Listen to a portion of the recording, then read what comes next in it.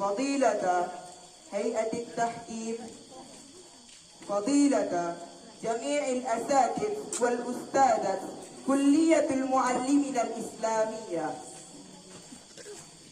بلاغة الخطباء العربية، أحييكم بتحية أهل الإسلام، تحية يكرم بها أهل الجنة. بسم الله الرحمن الرحيم. السلام عليكم ورحمة الله وبركاته. وعليكم السلام ورحمة الله وبركاته. الحمد لله الذي أرسل رسوله بالهدى ودين الحق ليظهره على دين كله، ثم الصلاة والسلام على حبيبنا محمد صلى الله عليه وسلم وعلى آله وأصحابه ومن تبعه بإحسان إلى يوم الدين. بهذه الليلة خيرا وبركة نحن تحت ظلال الله تبارك وتعالى نحضر ونجتمع نحن هنا لاحتفال المسابقة الرائعة. هذه مرة في السنة نتسابق ونتبادر فيها بالخيرات. يقول الله وهو أصدق القائلين: بسم الله الرحمن الرحيم. ولكل وجهة هو موليها فاستبقوا الخيرات. شكرا لكما يا صاحب الجلسة على حسن إعطاء الفرصة بأن أستجيب الدعوة في هذه المسابقة تحت العنوان فضل الجهاد في سبيل الله عز وجل.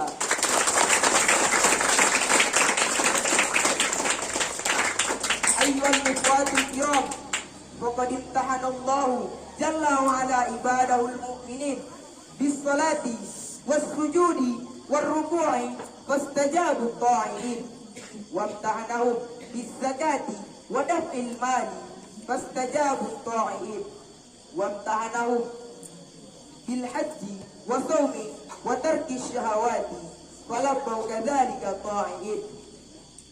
ثم جاء الامتحان الأكبر والاختبار الأعظم، فكان أن طلب منهم أرواحهم وأنفسهم يبذلونها في ساحة الجهاد، فتقدم أقوام وتأخر الآخرون، تأخر المنافقون.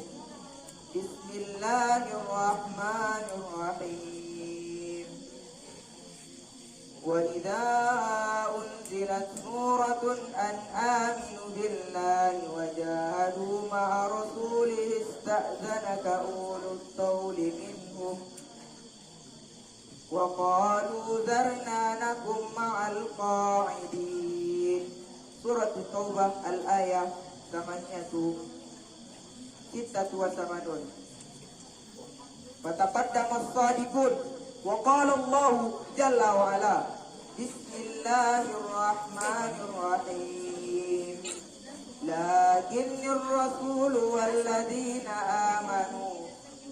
والذين آمنوا معه جاهدوا بأموالهم وأنفسهم وأولئك لهم الخيرات وأولئك هم المفلحون.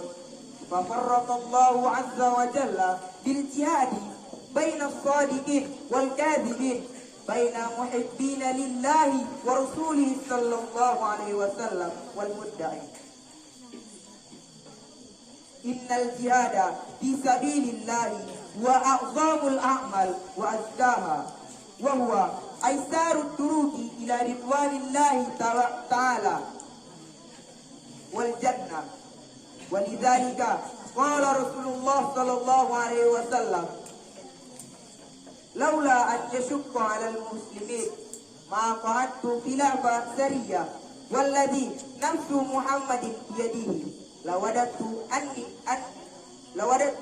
أني أغزو في سبيل الله فأقتل ثم أغزو فأقتل ثم أغزو فأقتل. أخرجه مسلم في صحيحه. وقد بين الدين العظيم كتابا وسنة أن الجهاد ليس غاية في حد ذاته، إن إنما هو وسيلة، فالجهاد ليس هدفا في ذاته ولا غاية، وهو وسيلة لرفع راية الدين، وهو وسيلة لإعلاء كلمة الله رب العالمين. ولذلك يا أصحابي لقد عرفنا أن الجهاد هو وسيلة، فأحد من الجهاد هو حفظ الهوى، فمن على هواه فقد نجا، كما قال في المحفوظات: أشد الجهاد جهاد الهوى، وما أكرم المرء إلا التقى، وأخلق بالبذل معروفا، ببذل الجميل وكف الأذى.